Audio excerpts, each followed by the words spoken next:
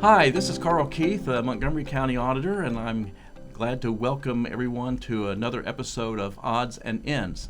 Auds and Ends is a program sponsored, hosted by the Montgomery County Auditor's Office. We have a different program every month where we introduce people from the community and talk about what they do in the community and the kind of services they provide with the organizations that they work in.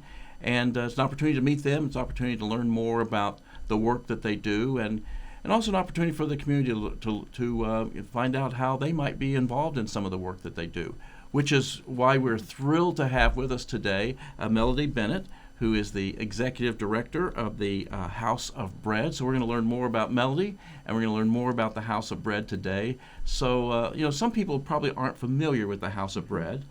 So we're going to talk about you and your career. But why don't we start off by telling us a little bit about the mission of the House of Bread and what it is you're all about. Absolutely, Carl. Thank you for having us today. So the House of Bread was founded way back in 1983. And in fact, last year we did a 40th anniversary celebration for the people that we serve. And we are at our basis, a community kitchen, which means we are a place in the community that anyone, for any reason, can come to any day of the year, because we are open 365 days a year, and we offer a hot, nutritious lunchtime meal to anyone who walks through our doors. There are no questions asked, there are no judgments made. You are simply welcomed as our guest. It's kind of a cafeteria style, if you would say. You walk into our doors. We have 2 dining rooms. One is specifically for families with small children, and one is specifically for our guests who are adults. And you walk in, the appropriate door. You stand in a line just like you would a cafeteria. You start out by obtaining a beverage, and then going through the line and making your food selections, and having a seat in our cafeteria, which is what we would call family style. You sit with other people. Yeah. There aren't private tables. We sit all together collectively. It's an open room. It's a very open room, and we have staff available during the lunchtime. We obviously have staff and volunteers who are preparing and serving the food, but we also have an emphasis on having staff available for the people coming in, so that we can connect people when needed to other services in our community that are available for people who may be struggling with not just food insecurity or needing a hot meal that day, but there's a lot of reasons why somebody walks through our dining room. And so someone can come into our dining room and become completely anonymous. You can simply go through line, have your lunch, sit down, grab a drink of water on your way out and walk out the doors and never have to speak to a single person. Or you can walk in our dining rooms and be greeted by a staff person that says, "Hey, how are you today?" And you can say, "You know what? I just lost my job and I really, really need help. I don't even know where to start." Or my child is sick and I don't know the status of my insurance and I don't know where to go. And we will assist you. And I don't know that people who are familiar with it, they think, oh, okay, we know they're serving food over there. They know they're serving a meal over there. But I don't think they realize the extent to which like you said, the reason people are there, it's more than just they're hungry. Yes. And they may be hungry, but there's more to it than that. And I think it's wonderful that you try to connect them with other services. I know when I've been over there, I've seen there's a clothing area where people coats and things like that you accept Yes. donations from people. So it's more than just a kitchen. It is a community kitchen, but it's more than that, right? Yeah, absolutely. Yeah, I kind of take exception to the term soup kitchen. Yeah. Because it's not soup. It's community. Well, whenever I've been there, again, I'm impressed with the meals that are being served there. I mean, these are, like you said, hot, nutritious meals. You clearly have a dietitian or someone on staff who is giving this a lot of thought. I mean, you're not serving hot dogs and bologna sandwiches over there. No, we are not. And we're so fortunate, Carl, because we have consistent donors in the community. And I would be, just ashamed of myself if I didn't point out that Trader Joe in Kettering and Fresh Time in Beaver Creek, they donate to us every single day. Nice. And they donate food that is very, very usable and is of high quality, that allows us to form these nutritious meals for people. Because the sad truth is, I mean, most of us are fortunate enough, Carl, that, we have a refrigerator at home, we have a pantry, we have access to food. If we are driving by a fast food place that we like and we want to stop, we can. But the sad reality is there are individuals who come to us that their lunchtime meal is their only significant meal of the day. And in my mind, a house of bread should be a critical, staple of any community. And I think as Dayton, we should be proud that we have a house of bread that we continuously support. So about how many meals a day do you serve? Oh, goodness, Carl. It varies for a lot of reasons. Sure. I will tell you that last year, in calendar year 2023, we put out over 191,000 meals. Oh, my. Out of our kitchen. Okay. Now, not all of those are served in our dining room. We also do a lot of good outreach into the community. So just when I think about this week, tomorrow, Catholic Social Services is having a women's wellness lunch. Okay. We're providing the food for the women's wellness lunch. Okay. Bellhaven Elementary is having a trunk or treat that is family-based and is family support-based. And we're providing the food for Bellhaven Elementary, which we're excited about doing. and we get pretty excited about doing those outreach events to the community. But in our dining room, every day, we're consistently serving over 300 meals. Wow. Yeah. Now, you mentioned the family dining room, and that's fairly new, right? You this was a capital campaign or something that you did a few years ago. How long has the family dining room? We opened it in March of 2019. Okay, so it's been 5 years. Yes. It seems like just yesterday. It does. Yeah. It does. And the ironic part of it is that we opened it in March of 2019, and sadly, 2 months later, we saw the tornadoes impact our community. Right. And so, and then, which began really our housing shortage in the community, which has led to increased rents and sadly an increase in homelessness. And so it just ironic that timing was the same, but it was also a year before COVID. You're right. And so with the family dining room, yes, our board, working with me, we raised $1.2 million. We did not go into debt. We built the family dining room with the ability that it would be, sustainable. You have to have a space that you can sustain. It's great to get money for new stuff. Right. It is. But as a community, we have to sustain the programs that are consistently successful, that consistently meet people's needs. And so you can't build something larger than what you can operate, than what you can afford to operate. Right, right. Absolutely. So that's what we did. And, as we know, COVID hit about a year later. And because of the family dining room, because of that extra space, we were able to operate every single day of COVID. We never closed our doors. Wow. And I'm really, really proud of that. If there is one legacy I'm leaving behind, it's that it is so ingrained that we operate every single day of the year without exception. And we had originally said we are going to close the whole building and we were just going to do carryouts during COVID. And I think like the second day of that, I think we lasted 1 day of just doing carryouts. And we had a mom show up with a stroller with 2 small little people. And we said, we're not doing this. Mom's coming in. Sure. Sure. Mom's coming in. Her kids are going to have access to the bathroom. She needs a changing table. Mom just needs somebody to talk to because mom's as terrified as everybody else is. Sure. And so because of that extra space, we were able to operate every day during that really difficult time and provide not just food to people, but a lot of comfort and Sure. a lot of reassurance and a lot of accurate information.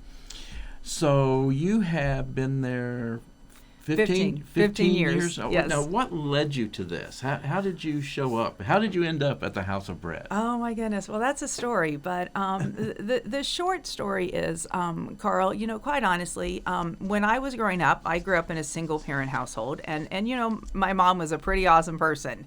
And, she's probably hearing this from her grave now, thinking, finally, she acknowledged me. She acknowledges that.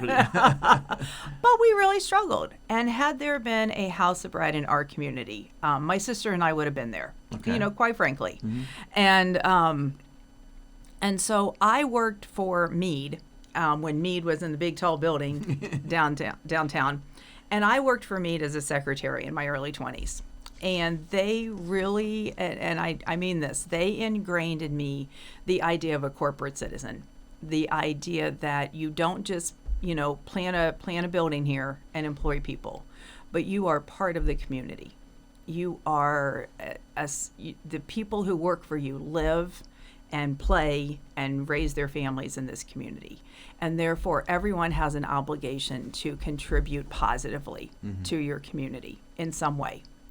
And so for me, that really meant, Mead helped me go to school and get my bachelor's degree, which I wasn't thinking I was going to do. And when I got done, I said, wow, I really want to do something to significantly help people in this community.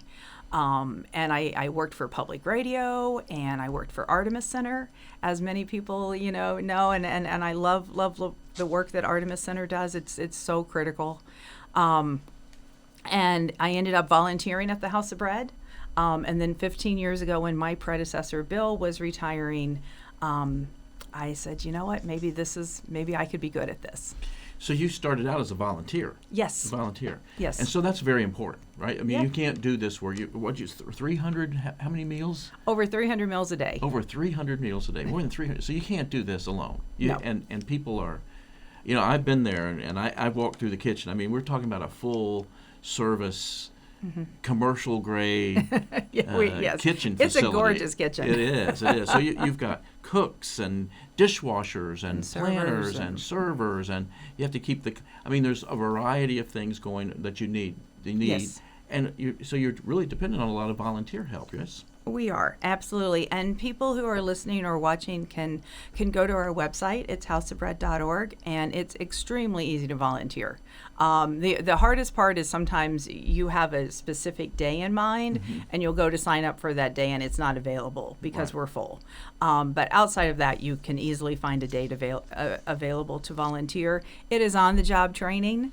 You show up at 10 o'clock, and we promise we will, take your hand and guide you through the process. The only thing we ask that you come with a compassionate heart, you come with an open mind, and you come with the philosophy that you're treating everyone better than what you want to be treated. Because we don't judge anyone who walks through our doors. If someone is homeless and carrying everything that they own, versus if you pull up in a car and have housing, we treat everyone equally and fairly and respectfully. And that's the only thing we ask of our volunteers. I know once when I was there and was having a conversation with one of your clients, he was telling me that he has a job but he doesn't, his income's not very much, but he has a wife and he has a couple of kids at home, and so they make enough for them to eat every day. But in order to make sure that they have enough to eat, he was coming there. He was coming to the House of Bread every day to supplement their food budget, I guess. And so, like you said, you don't necessarily know who's coming through those doors and what their situation is. And I think it's wonderful that we have that abilities. So, but you are leaving, right? I have announced I'm leaving after 15 years, and it's bittersweet. I mean, it really is. I love what we do. I love what we stand for. I love our purpose and direction, and it's why I'm literally not just setting my keys down and walking out the door. Our board of directors is very committed to our mission and very committed to carrying on our Club 365 idea that we're open every day. And so I am working with them to transition. They have begun a search for a new director. They're actively in that search process now, and I will help them transition to the new director prior to leaving. My hope is being able to do that over the holiday season, because it's a busy time of year for us, and ensure that there's a smooth transition, and also ensure that it's not like I'm leaving the community. I'll be available to answer questions and butt in when I shouldn't. And Do you have plans? What are your plans? I haven't. A lot of people are asking me this right now. Sure. Because everybody says, "Oh, come on, I know you've got something planned. I know you've got something set up," and I honestly do not. I work 6-7 days a week at what we do, and I have a family and an interest, and so. I have an interest in education, and I'm not sure if that looks like teaching in the classroom or if that looks like being involved in efforts to improve outcomes for our children. But one of the things that I'd really like to do, I'm in my 50s, and I figure I've got another good 10 years or so to work. One of the things I really want to do is be involved in the process of, can we shorten the lines for places like House of Bread? Does House of Bread really have to produce 300 meals a day? Or can we significantly impact some of our families through educational efforts to be able to be food secure and housing secure? Because we talk a lot in our community about food insecurity, housing insecurity. Food deserts. Food deserts. And I really want to be part of the conversation where we talk about how do we make families food secure and housing secure. How do we look at education differently for our children and also for our parents? Because it's difficult to see people struggle day after day, month after month, sometimes year after year, and not wonder what we could do differently to prevent. Yeah.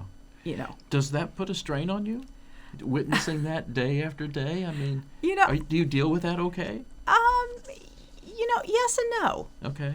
Honestly, I think,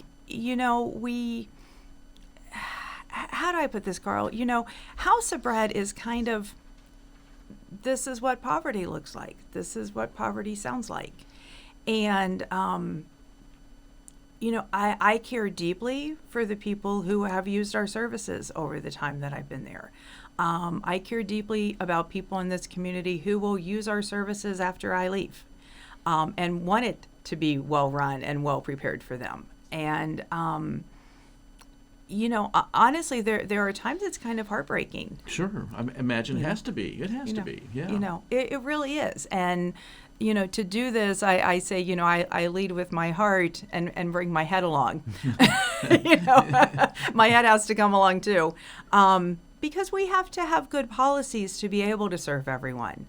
But, there are some people in our community, because of mental illness, behavioral health issues, struggling with addiction, that, the likelihood of them not needing our services is not high. And it's not like you're putting yourself out of business or anything. No, right? we're not. No, we're not. And we're going into November. So, we all start thinking about Thanksgiving. Sure. And, the part of my head that I operate with says I need, Thanksgiving, that's giving time. And I need to talk to people about giving to us and what we need. And the part that leads with my heart says, oh my goodness, my homeless friends are going to go through another winter. And it's going to be cold. And they're not going to have heat, and they're not going to have the basic necessities that many of us take for granted. And yes, yeah, this isn't a job you leave, if that makes any sense. It goes with you. It goes with you. It shows up at 2 a.m. Yeah. Well, let's talk about that a little bit, because this is November. And you mentioned the holiday season is a very busy time, and and it's a very critical time. Like I said, with the cold weather and the needs that are out there. So, can you talk a little bit about what some of the needs are for you during the holiday season? How people can be helpful? Absolutely. So there are a couple ways that people can be helpful to us. First of all, anything you give to us goes directly to our guests, to the people that we serve. So one of the things we've started getting requests for are blankets. it's getting cold at night. Sure. It's going to be 70 degrees tomorrow during the day, but it's going to be 40 at night. Right. And so anything that gets delivered to House of Bread goes directly to our guests. There is never a charge for it. There is never a requirement. You need it, we have it, you can have it. So we always need blankets. We always need hats and coats and gloves, basic things to keep you warm in the winter. We also, in November, do what we call a turkey tour. And it's always the Sunday before Thanksgiving. And it is honestly that opportunity, if I can call it that, of a day where someone who's never been to us before can show up with a frozen turkey. That's going to do a lot of good in our community kitchen, and can drop off a blanket or not. If you'd like to park, you can literally get a quick tour of what we do. You can sign up to volunteer with us if that's something you're interested in. Or if that's not in your wheelhouse, you're thinking, I'm not comfortable going to West Dayton. I don't really have the ability to lift a turkey, that type of thing. Financial donations are critical to us during the holiday time. It's the time when a lot of people are honestly thinking about it. And financial donations, honestly, they pay the electrical bill. They pay the gas bill. They pay for the water and the paper towels. Right. So there's a variety of ways to support us, anything from bringing us products to supporting us financially online to volunteering with us. Well, I know that my wife and I always look forward to bringing a couple of turkeys over there. Yes, we always season. do see you on Turkey Tour. Yeah, we always look forward to that. Again, it's a way of giving back, and so grateful for what we have, and realize that not everybody is as fortunate as we are. Now, members of my staff recently spent some time over there during the lunch period and as servers, and again, I know that meant a lot to them. It's one of those things where, you're giving back, and so it's rewarding, and but you see what the needs are too, and the needs are great. And, absolutely. So, you mentioned earlier that your mother was awesome. I think you're awesome. Oh, well, thank you, I think Carl. you're awesome, and I think what you do over there every day, and the others, the volunteers and the people that work over there, it's amazing what you do, and so critical and so important, I think.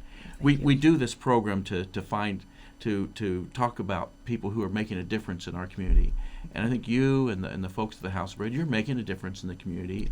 It's unfortunate, but it's necessary. So I want to thank you for what you do. Now, you mentioned a little bit. Where is the House of Bread? Oh, absolutely. So if I can describe it this way, we're on a tiny street called Orth that most people have never heard of. And so that doesn't do anyone any good. So if you think of Dayton and Edwin C. Moses, think of the Dayton Art Institute being just north of us, and the Job Center being south of us. Yes. So we're between Salem Avenue and West 3rd, off of Edwin C. Moses, on the other side of McIntosh Park. Okay. We do have a nice little map on our website that we like to think explains it a little bit better. If you put Orth Avenue in your GPS, it's going to take you on the wrong side of our building. Right, it's a little confusing. There's some one-way streets over there. Yeah. Once you've done it once, you're like, oh, I get it. Right. And so, but we are in Inner West Dayton. It's called the Jane Reese neighborhood, and honestly, we're where we need to be. Yes, right. You kind of overlook the Great Miami, Wolf Creek, and Wolf Creek, Wolf Creek runs in front of us. Absolutely. Cross the Wolf Creek Bridge, and you get your way there. Yeah, absolutely. But you mentioned your website. What's the website address? It is houseofbread.org.